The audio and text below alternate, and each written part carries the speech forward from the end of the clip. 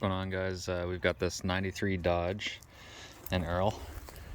It's got a steering box that's leaking on it. So if we come back here where the input shaft of the steering wheel or the steering column comes down, it's leaking like crazy right over here. You know, I have to fill up the steering box, it seems like every week or two. It's leaking that bad.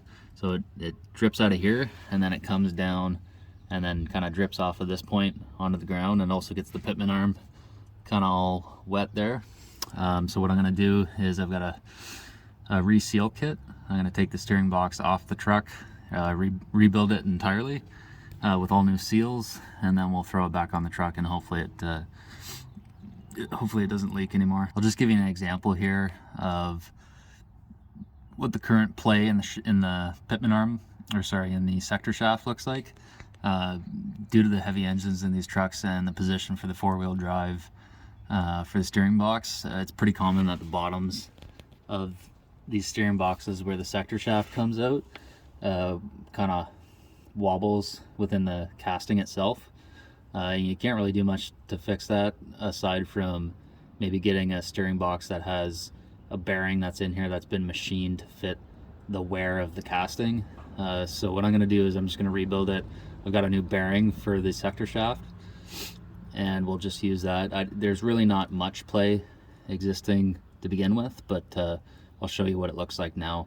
You're going to want to look between the sector shaft and the casting to see if there's any sort of play, as well as between the Pitman arm and the sector shaft itself. It's pretty solid now between the Pitman arm and the sector shaft, but there's a tiny bit of play between the casting and the sector shaft. So I'm going to move the steering wheel with the truck off, so that way the steering box gets the full force of the wheels onto the steering box, and it's not assisted by the power steering.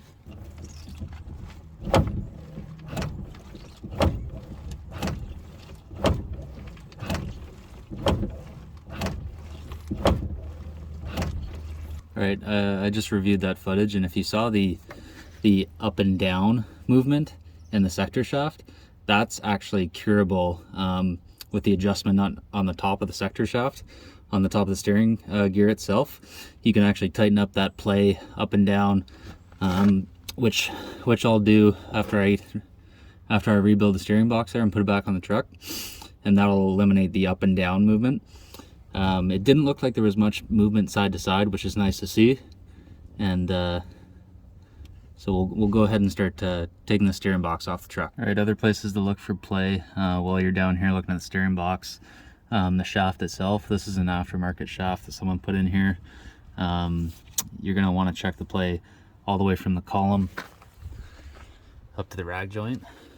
Make sure there's no play between the column and the rag joint itself.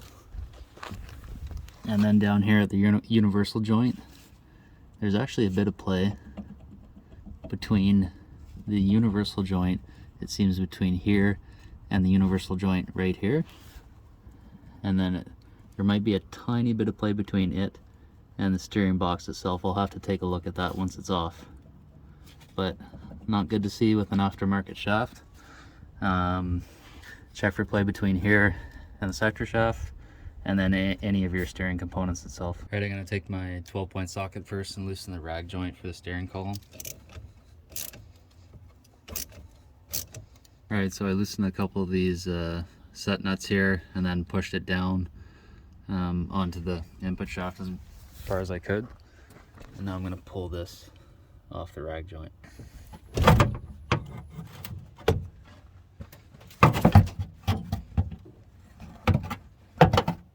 Alright, next I'm going to pull the drag link off the end of the Pitman arm, and I'm going to take the Pitman arm off while the steering box is on the bench.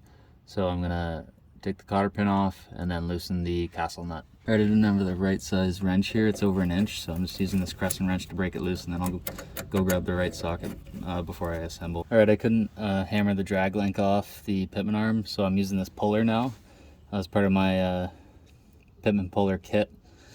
Kind of just allows me to get in because this steering box is in the way above it.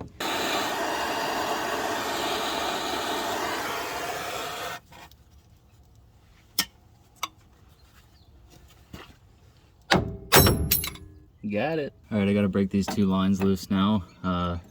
Seems like the best fit on here is 18mm. Already got this front one loose. See if we can get the back one.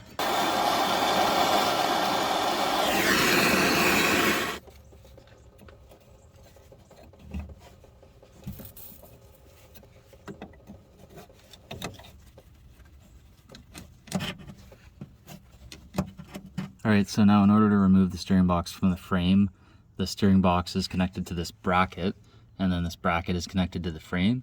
As far as I can tell, there's 3 bolts that connected to the frame from the bracket. On this side, they're 13/16, and then on the other side, there's 7/8. So I'm going to put the 13/16 wrench on this side, 7/8 socket on the other, and break those 3 bolts loose.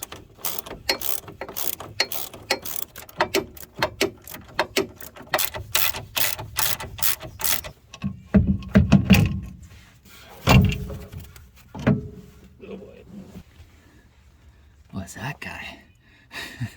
Something to note here, typically these frames will crack on the brackets themselves or on the frame just behind the brackets where it mounts. So inspect your frame for any cracks around the holes. Here it looks pretty good. I don't notice any cracks around each hole. So we're in good shape here. All right, so we've got the steering gearbox up here on the bench. I've just got it in this oil pan to catch some of the oil. One of the things you want to do is inspect the mounting plate that mounts from the gearbox to the frame. So this here doesn't have any cracks itself, which is nice to see. Sometimes these develop cracks, or the frame will develop cracks where it mounts these 3 bolts. So the first thing we want to do is take off these 4 bolts, or 5/8, and remove the gearbox from the bracket, and then we can set the bracket aside.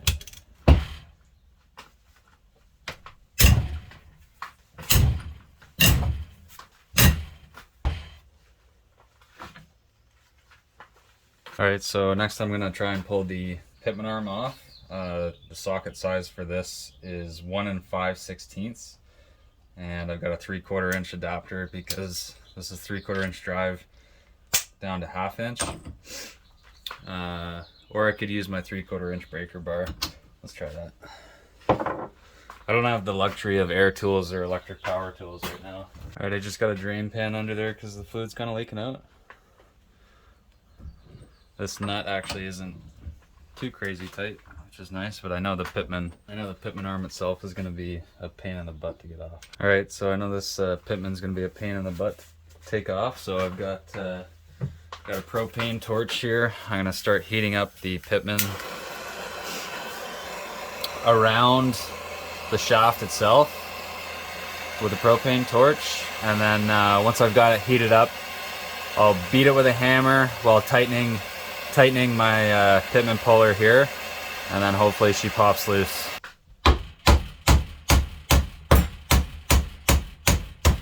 little bit of heat, a little bit of leverage, and a little bit of the hammer. There's 2 grooves on the Pitman shaft, on this side and this side, and then on the Pitman arm itself, so it was pointing this way and then down. Okay, so the first thing we're going to be doing on disassembling the gearbox is we want to take this punch and punch out. There's a steel, or it might be aluminum, retaining ring. Don't worry about when you're disassembling this, all the seals and the rings. It all comes as a part of the new kit, which I'll show you here in a sec. But there's a hole in the top of the gear case here where you can fit a small steel punch, and what you want to do is slam down on this to get that steel ring out.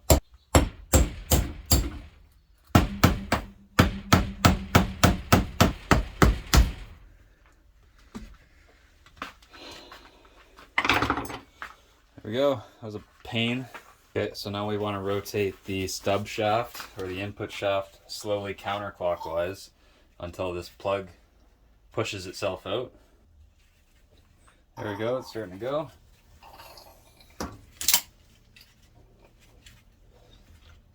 There we go. Alright, next we're going to remove the Pitman shaft itself from the steering box, 9/16 socket. Take these 4 bolts out. I'm not going to touch this one, and we're going to try to take it out as one unit.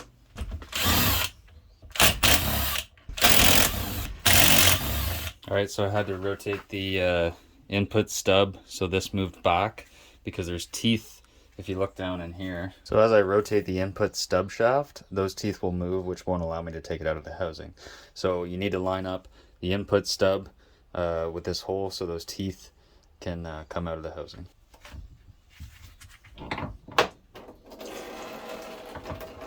So before we remove the adjuster plug, I guess that's what this is called on this side, I'm going to mark, there's kind of three different pieces here: the housing, the adjuster lock nut here, and then the adjuster plug itself. So I'm going to take a punch here, make a mark in a line on the plug itself, the lock nut, and then on the housing. So when we reassemble, we can get all those three marks back in the same spot. There's just a quick look at those three marks. All right, now the next problem we're going to run into is taking this actual plug off itself. So we got to take off this lock nut, and we can do that. We'll probably just do that with a punch. But the more difficult piece is this interior piece. So once I clean out these holes with a pick, the only way to get this center piece off is with a spanner wrench of some sort. So I got this from Canadian Tire, is actually meant for grinders. Just gotta clean this out a bit more, but these dowels are the perfect diameter for these holes. And I'm hoping that this plug isn't too stuck and it'll come out with ease, but we all know how that goes.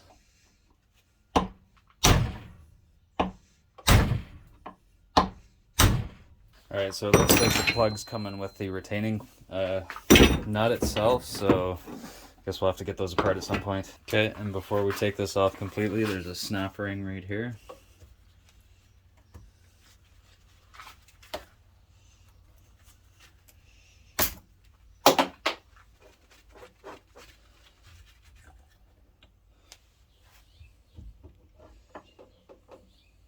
Alright, so I've got the steering box back on the bench. As you can see, I can slide this main kind of piston in there back and forth. I'm going to rotate it until I get access to these two bolts. And then there's a small, it's kind of like a shell where it holds all the ball bearings inside that go around the worm shaft. So I'm going to remove those two bolts, take that out, and then try and retrieve all the ball bearings. I'll be very careful not to lose any of those ball bearings as I take those out.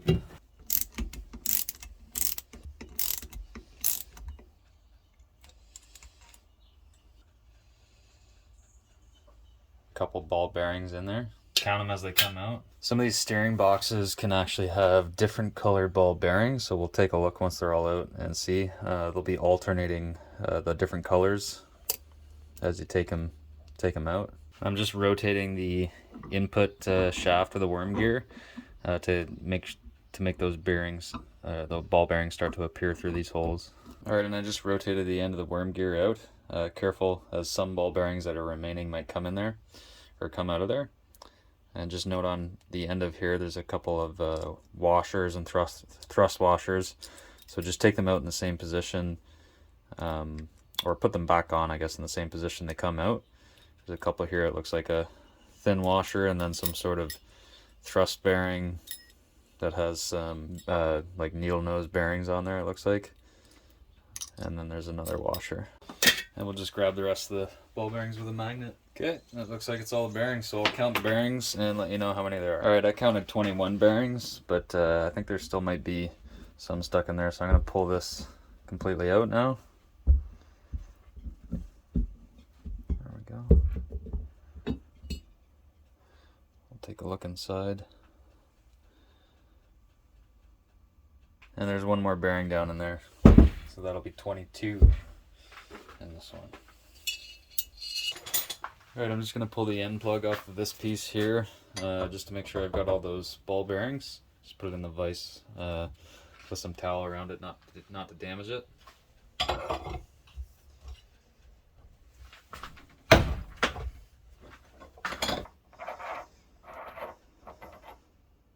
Alright, so this is the Reseal Kit. It's a Edelman kit. The part number is 8524. We'll just inspect the contents of the kit, and then we'll start replacing some seals. There's a couple different kits they make. This one has the bearing in it, So you can see the bearing in the case.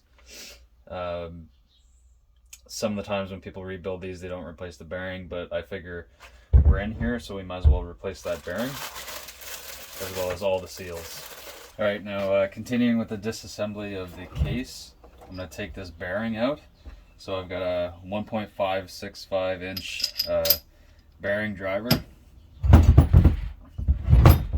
Got to take the snap ring out first.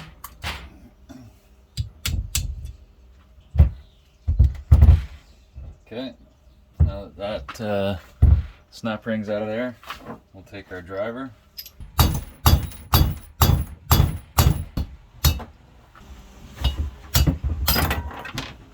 Alright, so just going over the order, this whole bearing seal thing went in here. It's a little confusing, especially when you're trying to hammer it out and everything just flies apart. So the bearing goes in first. There's a little groove on it. The groove sits towards the outside of the case because there's a small lip inside that case. So it goes bearing in first, and then there's two seals. So the skinnier seal, like not diameter, but thickness wise, there's a skinnier seal goes in after that on top of your bearing. Then there's a steel washer, and for these seals I like to put the springs towards what it's sealing. And then after the washer, there's the thicker diameter seal with the spring facing towards the bearing again, and then the steel washer, and then finally the snap ring. So that's the order that these all came out of there, where the Pitman shaft rides out of. Okay, continuing with the disassembly, I'm just going to leave this retaining lock nut on there. We got to take out the seal, so I already removed the snap ring here. Just got a socket that's bigger than the opening, so that way you can punch down into it and then grab a tool like a socket or something. I just found that my driver for my race driver kit is actually the perfect size, so that you can push down on the bearing just inside of here. You don't want to press down on this outer ring, you want to press down kind of right on that bearing. So we've got a replacement bearing, so that's why we're doing this. So dust seal came out first.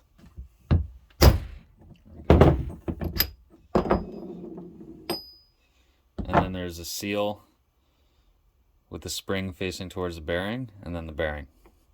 So just like that. Okay, so before I reassemble, so I've got the steering box casing completely disassembled, except a couple O-rings in here. The way I'm going to do this is keep the O-rings in the positions that they are, so that way I'm not mixing things up. And I'll do that as I reassemble. I'll take an old O-ring off, compare it with the new one, and then reinstall the new ones. So I've cleaned up all the old parts. I've wiped off all the old power steering fluid, inspected them. Really, you're not going to notice too many parts that have damage in these old steering boxes. Maybe the sector shaft or the Pitman shaft that goes down into the box might just have some wear here, but really, these are pretty stout units, and they really only need like reseal jobs over time, it seems. So I'm going to start with the reassembly now that I've cleaned everything up, and I'll walk you through that process. Clean this guy out on the inside and outside where the ball bearings ride. I'm going to reinstall this cap.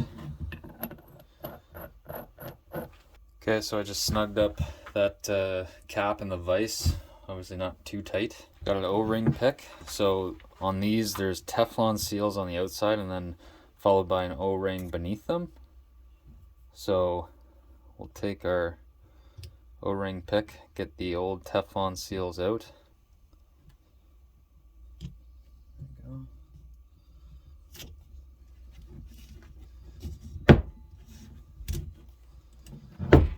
There's the old Teflon seal, and then you'll see the rubber O-ring beneath it.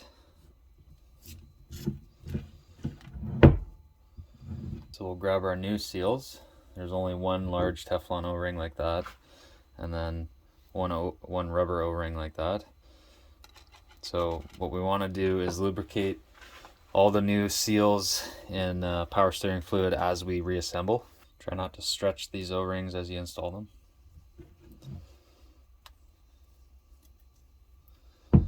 These Teflon seals are quite stiff.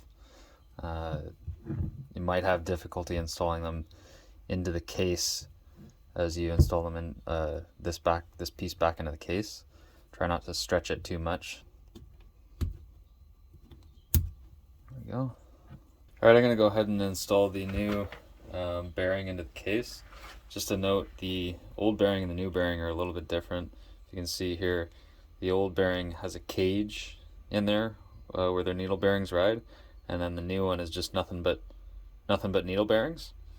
The new one also doesn't have a lip compared to the old one, so when I install this one, I'm basically going to install it until it's flush, sticking out of the bottom of the case, like on the inside of the case, and I'll show you that in a sec when we install it. So we'll just take I'll show you the order here. So we're gonna go the bearing, since we're gonna drive it from this side, it's flat on this side, so we're gonna have, in this case, the letters facing up, so we can get our driving tool onto there. And then we've got our thinner seal, washer, thicker seal with the springs down, washer, and then large snap ring. That's the order it's going to go in. We're going to drive in the seal first with our installation tool. Alright, so if you look inside the case here, where the lip kind of goes down, or sorry, there's two lips here. There's a surface, and then where the original bearing had a lip, basically you just drive it home, and that's how you got the original bearing in. But we don't have that luxury this time, so I'm going to drive it in basically until the inside of the case. So I'm going to make sure when I drive it in, we'll see how far it goes. I don't want to drive it in too far, obviously, otherwise it's going to go right into the case. I just want it to kind of sit flush with the inside of the case once it's there. So we'll start driving it in, and hopefully it doesn't go too far. So we'll put a bit of power steering fluid in here. So again, letters up.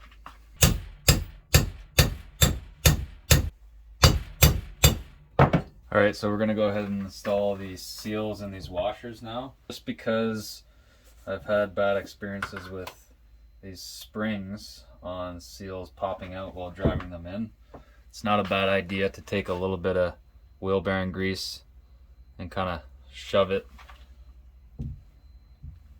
into these springs, so that way they don't pop out while you're driving them in, because I'd rather not have to deal with a spring that pops out as I'm driving it in. Alright, so in order here, we've got the thinner thickness seal spring down. Just sort of get that started with our fingers. Then a washer, straight cut down.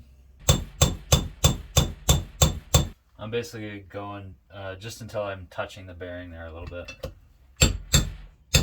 Alright, so we're ready for the second one. The thicker seal.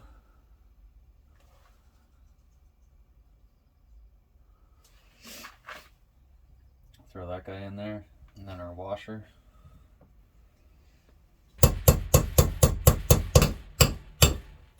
Alright, so this is kind of weird the way this bearing goes in here, like depth-wise, because you'd almost want it to go like snap ring, seal, washer, seal, or sorry, snap ring, washer, seal, bearing, but you want it to kind of all be snug up against the snap ring. But the way you install the seals and the bearing is from this side, so you don't really know the depth, kind of. So I'm just going to reuse, because what happened was I drove this second seal in too far, I guess, and the washer in the middle is snug, and then I would go this washer, but then I've got too much of a gap between the edge and where the snap ring goes, so this washer would kind of be loose in there. So what I'm going to do is take up the old washers and just use them as shims,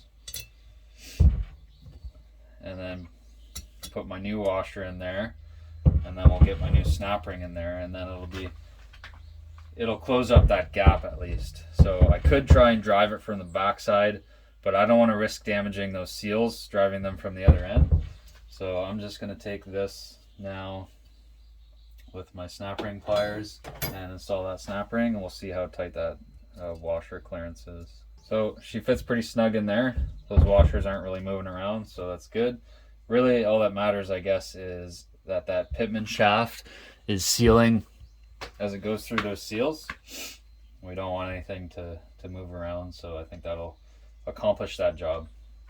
All right, so we're going to go ahead and install the new bearing and seals into the adjuster plug.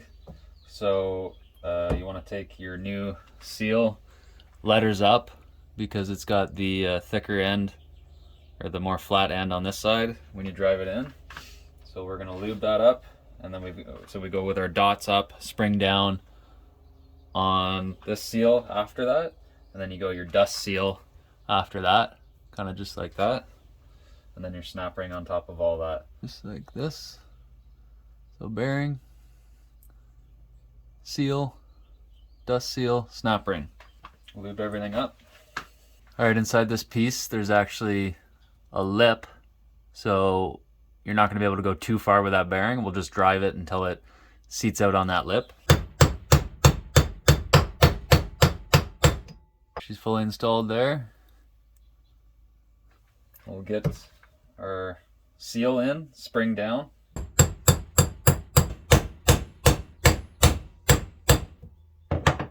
So I'm going in deep enough here with that seal where I can get the dust seal on and then have enough room for that snap ring to go into its groove.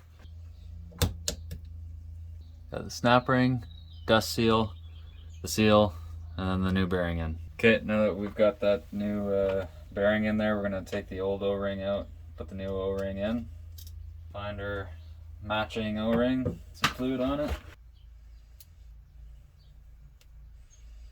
There we go. Alright, now we'll take this piece and take the 3 Teflon O-rings out, 1, 2, and 3, and then underneath them there's going to be 3 rubber O-rings. These are very easy to break.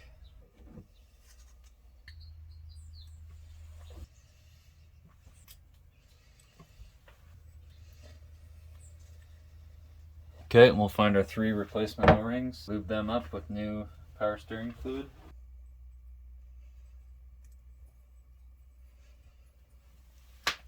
And then we'll get the 3 Teflon seals on. There we go. Got all 3 on. It's time consuming doing that. Alright, there's also an O-ring on this inside piece that rides in there. Let's take that guy off and replace it. There we go. Okay, so we'll take this center piece with the new O-ring, slide it in, the O-rings to the outside like this. See, there's a hole there, and then there's a pin on this shaft. Put that in there, line it up inside there, and then push it, and then you got to line it up. There's another pin on the outside casing of this. You can see it just in there, right there. You got to line that guy up too. There. There we go. Just like that until it doesn't rotate in its casing. Then you put your new O-ring on here, and that goes between your worm gear and then this piece.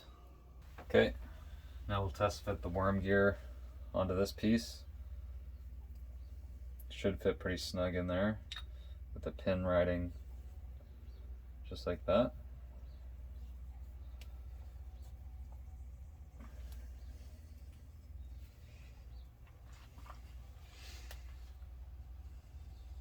Okay, now take this assembly, add a bit of lube, untake your thrust bearings and washers again.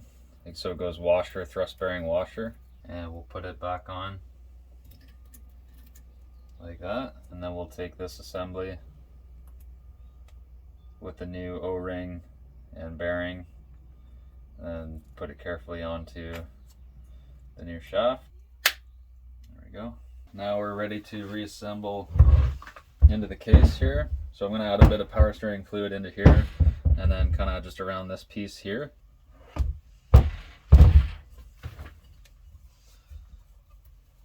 Now that that's all fully lubricated, we'll get this guy going in there. Now keep in mind this Teflon O-ring, you don't want to break it while it's going in the case here, so be very careful. Okay, I'm having a hard time getting this seal for this piston seated in here, so I boiled this seal for 5 minutes, and we'll see how well it goes in this time. And I've tried everything to get this seal in here.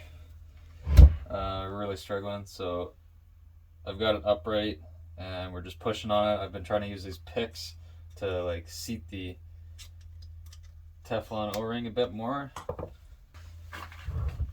I'll put some tape around here.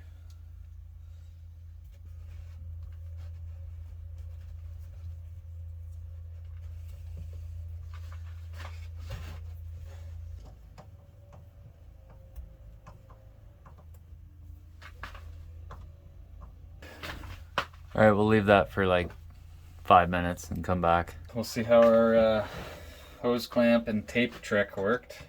It was not my idea. I had to Google that one.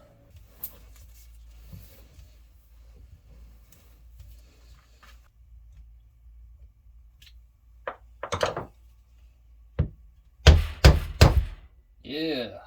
We're gonna take our worm gear assembly here.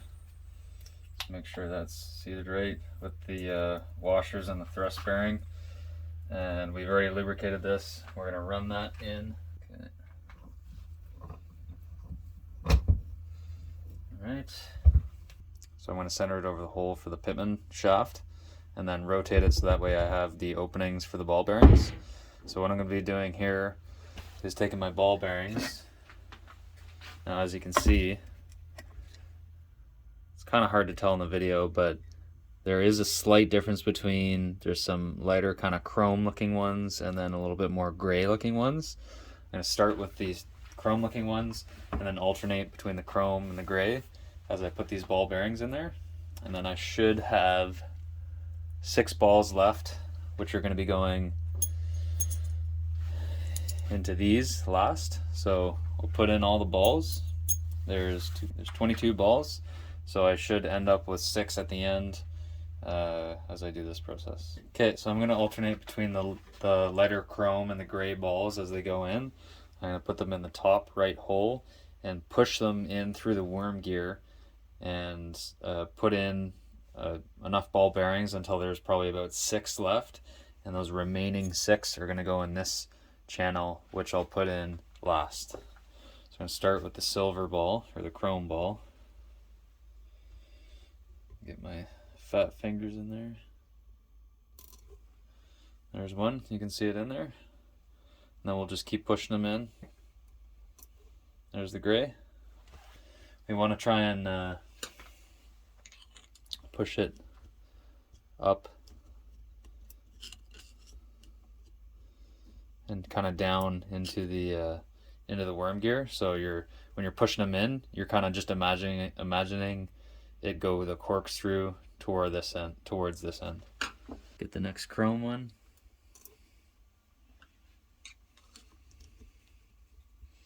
And just kind of, oh, okay, I lost that guy.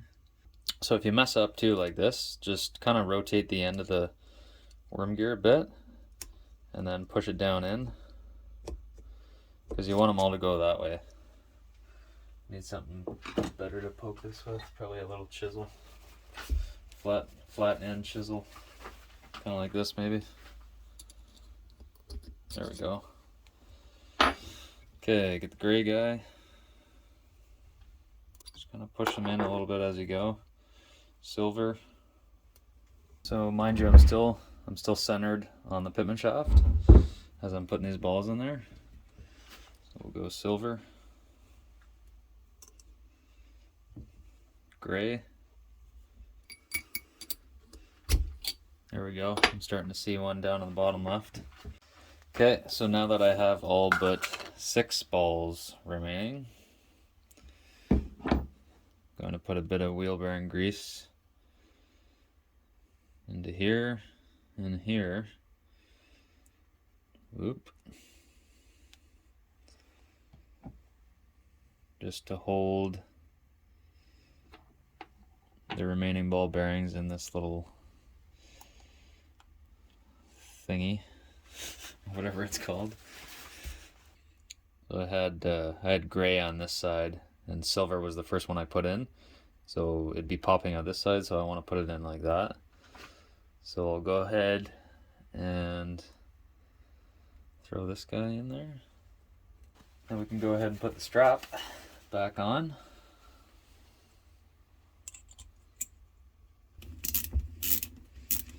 Don't go crazy tight.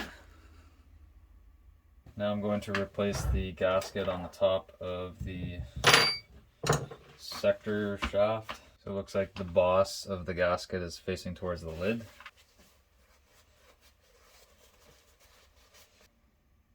Put it like that.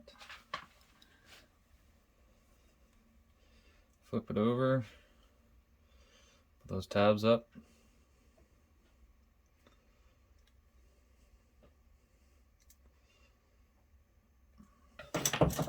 Rotate it so the teeth are pointing back.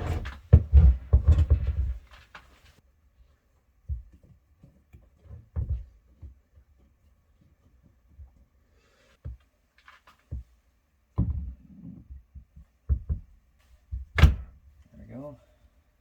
Okay, I'm going to tighten these cap bolts down to 45 foot-pounds. Alright, we're going to put this aluminum end cap back in now. Take our new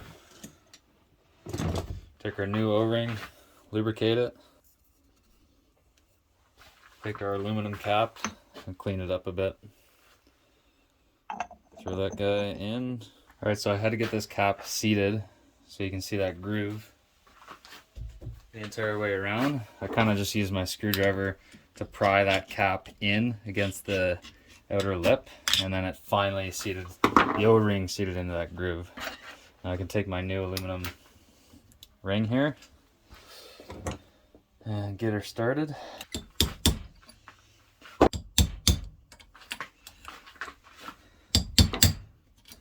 Okay, so the adjustment in the factory service manual for this piece here is you're supposed to tighten it down to about 20 foot-pounds and then back it off 13 millimeters from that point. You're supposed to mark it on the housing, but since we punched 3 spots on the housing, we're going to tighten it back down to what it was at, and then that should be back to what the factory spec was. So you can see where I'm snugged up here, my mark's here. The factory mark is just about here. So I'm going to back it off to about the factory mark, kind of there, and then I'll tighten up the lock screw here, or the lock nut.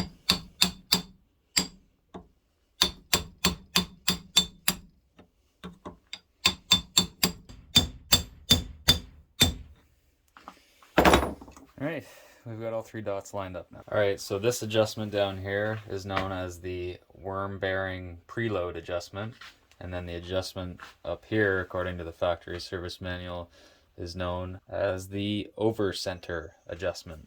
So I'll show you how to adjust the over center adjustment now. Step 1, take some vice grips, put them on the stub shaft lightly. Now go to one end. Now from this position, count the full number of turns. 1, 2, 3, 4, 4 1/4, and then go back halfway from that point. So that would be 2 1/8. 1, 2, probably about there. So now we're at the center of the gear, and then it says to turn back the Pitman shaft adjuster screw until extended, then turn back in clockwise 1 full turn. So I'm assuming that means back it all the way out, and then from that point turn it in 1 full turn. So we'll do that. Got a new nylon locking nut just right here. So I'm going to do that spec there, so back it all the way out. I guess until it doesn't go out any further, and then you go back in one turn. Doesn't want to go any further there, so I'll go in one full turn from that position, so pointing right at me. Alright, that's one turn.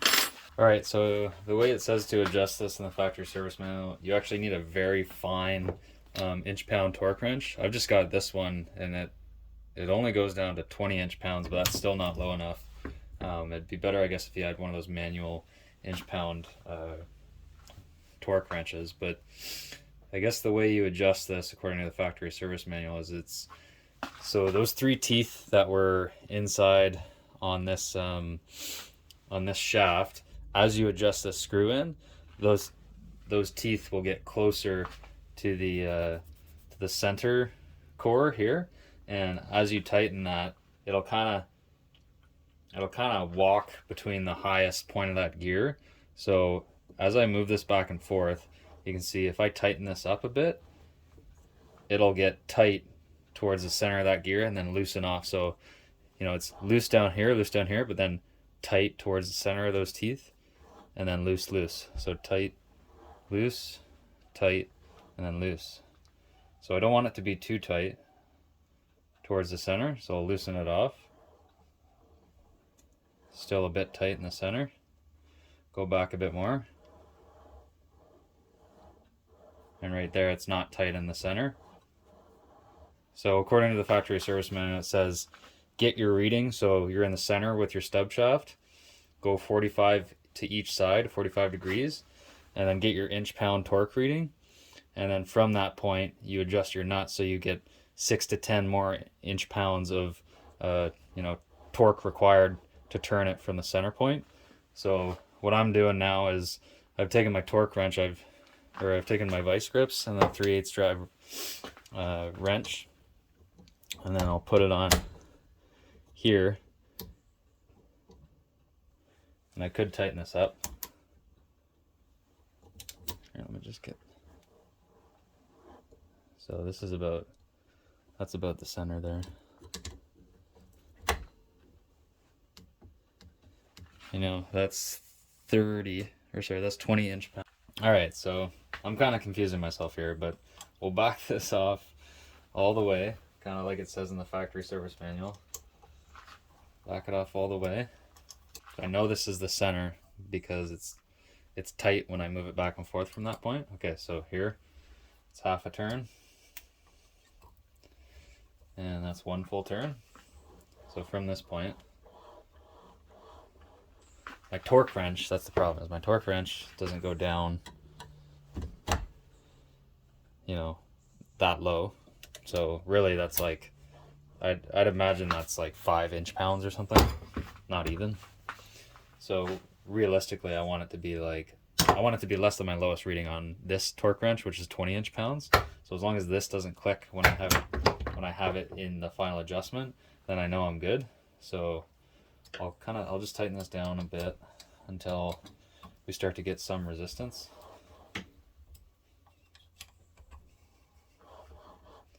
Still nothing. So there we go. There's some resistance right there. Let's see what we get on our torque wrench. See if I'm at 20 inch-pounds. So there I'm below 20 inch-pounds. Still feels snug though. You only want it to be 6 to 10 inch-pounds above what the original spec was, or the original reading, before we tighten that lock nut down. So I do want it to be loose. I mean, obviously you don't want the steering wheel to be hard to turn. I'll back it off just a bit more. And then what we can do is we can do test drives, obviously, and adjust it from there. But I think this is a pretty good spot for now. I'm pretty happy with that. So I'm going to snug this guy down, and then we'll call her good.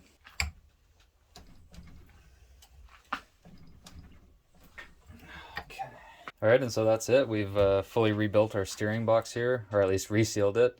So I'm gonna go ahead and throw back on the factory bracket here in Pitman Arm, and then we'll get her back on the truck. All right, we're gonna throw the factory bracket for the 4-wheel drive back on and tighten it down to 130 foot-pounds.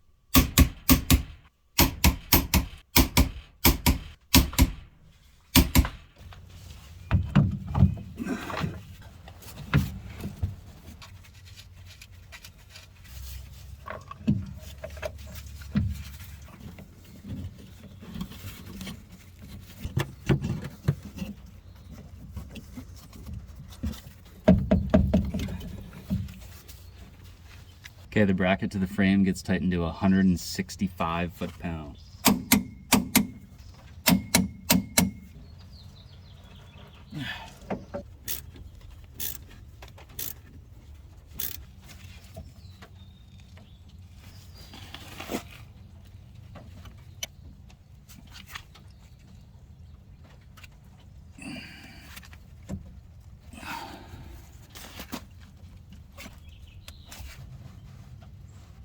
All right, I just clean the ends of the lines here. This bent one is the front, and then this kind of 90 degree one is the back. 18 mil wrench to tighten these guys up. It's supposed to go to about 20 foot-pounds, but I can only get my wrench on there, so I'll just snug her down until there's no leaks. Okay, so it might be a good idea to torque down your Pitman arm before you put it on the frame of the truck, because what I noticed was on the frame, the leaf spring bushing for 4-wheel drive trucks is in the way of the nut when you're in a regular suspension position. So I had to jack up the frame of the truck to allow me enough room to get my torque wrench in here, and that gets torqued down to 185 foot-pounds. Okay, so my torque wrench doesn't fit in there still because I had to bump up to the 3/4 inch drive adapter. So I've got this 3/4 inch breaker bar that's about 4 feet long. I'm just gonna get it on the end of the Pitman arm, or the Pitman nut, and tighten it down as pretty much as tight as I can get it. Actually, you know what? Before I tighten this down, I'm gonna get the drag link on here, so that way I'm not putting too much force onto the steering wheel lock. All right, for the drag link, the ball was spinning in the end of the drag link, so I just turned the steering wheel, locked it in a far right position, so it binded here. And now I can tighten this without the ball spinning. And I also realized my 1 16" socket is too long, so I probably have to go to the store and get a shorter socket here. Okay, that steering wheel lock is off now, so I'll tighten up the Pitman shaft nut.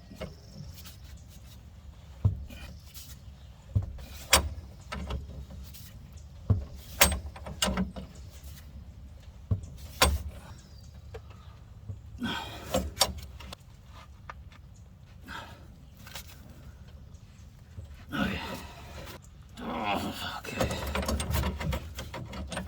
So that should be tight enough there. So we'll take the truck down from the jacks now, and guess we can bleed the system. All right, so the first thing we're gonna do here is fill up the power steering pump with some fluid. And then what we're gonna do is start the engine briefly and keep topping it up until the pump works its way through the rebuilt steering gear. And then what we're gonna do after that is we've jacked up the truck, have the front wheels off the ground, and we're gonna rotate the steering wheel back and forth a bunch of times until all the air is bled out of the system. All right, so I've just been cycling the wheel back and forth here like 20-30 times. It seems like it's taken quite a while. The fluid level's finally gone down, so I'll add some more.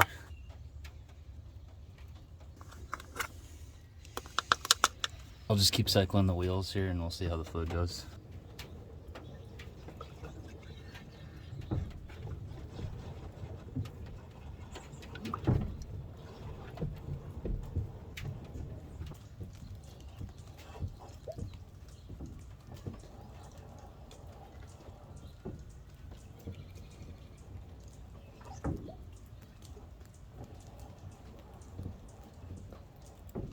All right, I'd say she's pretty much bled now. That took me about 15 minutes.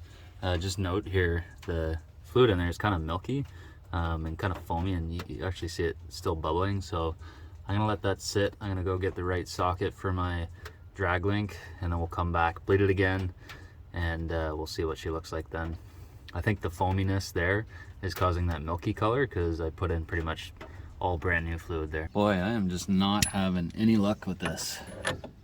I got the shallow socket from Princess Auto, except that I could only find 3/4 drive.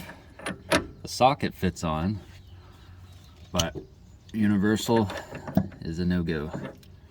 So I think I'm just gonna take an adjustable wrench here and just go as tight as I can on this guy, and then throw my cotter pin in.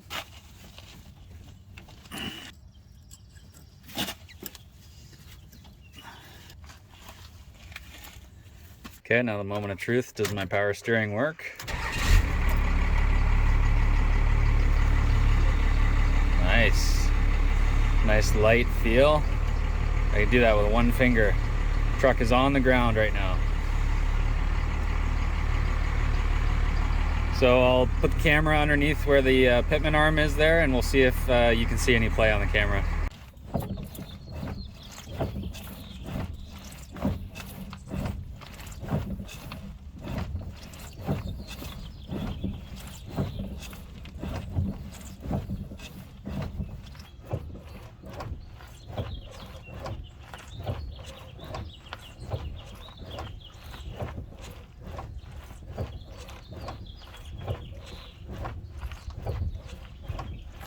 Boy, this is a stupid design from Chrysler here, but I've come to realize that this rivet here on the front side has made this spring mount loose. I'm guessing from, 30 years of steering on the frame, but this rivet has a bit of a gap there between the, core support area, cross member, and spring perch. So I wouldn't be surprised if many other trucks were like this. Actually, I might go check my other truck right now, but not much you can do about that unless you drill this out and put a nice bolt in there, nice and tight. Can access the top of it. Obviously you're not going to be able to grind it out, but you could probably drill that out and put a bolt in there to replace those rivets. But be cautious there, I guess. Check yours. I'll keep an eye on that over time and see if it gets worse, but I'm not really going to do anything about it right now. Okay, this one's on my red truck.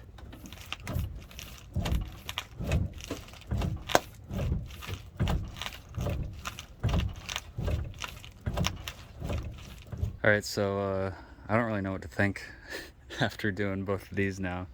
The red truck, those rivets aren't as bad in the same spot as it is on this truck, but I could definitely tell on the red truck the Pitman shaft bearing or the casing itself of the steering gear is worn out. But something to note, I guess, if you have one of these trucks, is keep an eye on those rivets and keep an eye on the loose steering. The steering on these trucks was never really perfect to begin with. There's things that you can do to make them better, like crossover steering, which I might do on these trucks down the road. The kits are a little expensive though. I think they're around like 800 bucks for a kit, and that eliminates the four-wheel drive bracket, puts the steering box into the two-wheel drive position, which is directly on the frame, and then changes the angles from a pull push to a kind of like a crossover, like a cross, and that way you're not putting as much stress on the frame.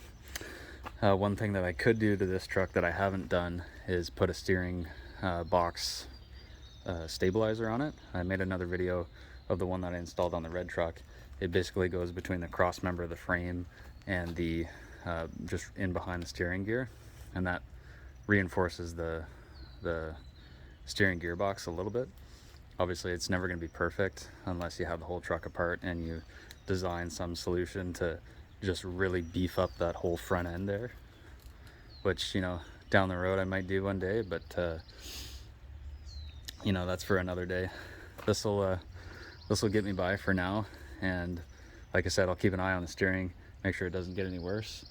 But anyways, we'll wrap this up. I'll clean up my tools, we'll go for a nice little test drive, and we'll see how the new steering box performs. Obviously I've checked for leaks and it's not leaking, which is good to see. So that was the intention of the whole steering gear rebuild to begin with, but you know, obviously this brings to light some new issues that I wasn't really aware of before, which is some issues on the frame itself with the factory rivets. So anyways guys, cheers, thanks for watching, and I'll probably put in a clip of just some driving footage at the end of this. So my steering wheel needs straightened. I don't know how that got out of alignment. Maybe the Pitman arm can only go basically 90 degrees off of itself when it's installed, so I don't think it was the Pitman arm, but maybe just the way the steering box was mounted on the frame and clocked just a little bit. So what I'm going to do is I'm going to take the steering wheel off, and the steering wheel doesn't have like a master spline. You can just skip to any spline you want. I already know the truck goes lock to lock just fine. The steering wheel just needs straightened out, and my toe alignment didn't change. And the only thing I did was take the drag link off and put it back on. There's no adjustment in the drag link on the factory one, so get home, pop the steering wheel off, skip a spline or two, and then should be back to straight. Anyways guys, thanks for watching. Cheers.